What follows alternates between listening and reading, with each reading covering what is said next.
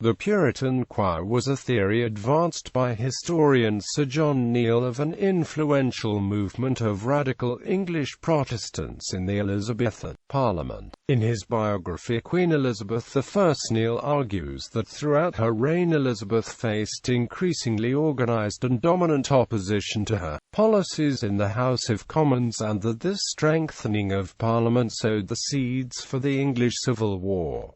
Neale's thesis. Neale, when researching the politics of Elizabeth's reign, discovered a pamphlet naming 43 members of the House of Commons of 1566 as members of a Puritan movement. The pamphlet consisted of 43 names, each followed by a witty Latin tag, many from the scripture as well as a single English word associated with the individual. He stressed their importance in helping to shape the 1559 Elizabethan religious settlement more along the lines of Calvin's Geneva, suggesting that the House of Commons went full cry after its radical leaders, sweeping aside any feeble Catholic opposition. They were also influential, he argues, in pushing for the execution of Mary, Queen of Scots, and Elizabeth's naming of a successor. Particularly significant was the role played in Parliament by Thomas Norton, among the individuals named on the list, who became a leading figure in the Elizabethan House of Commons.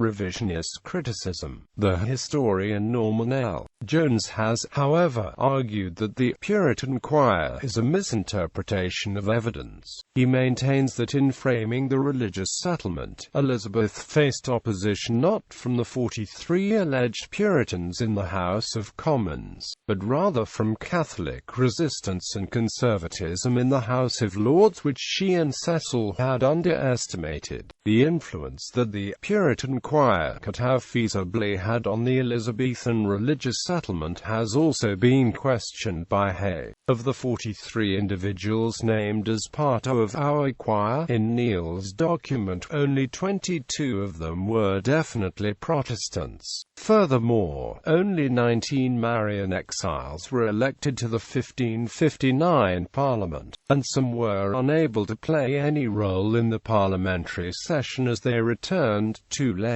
The influence of the 20 identifiable Catholics in the 1559 House of Commons is also ignored under Neale's Puritan choir thesis.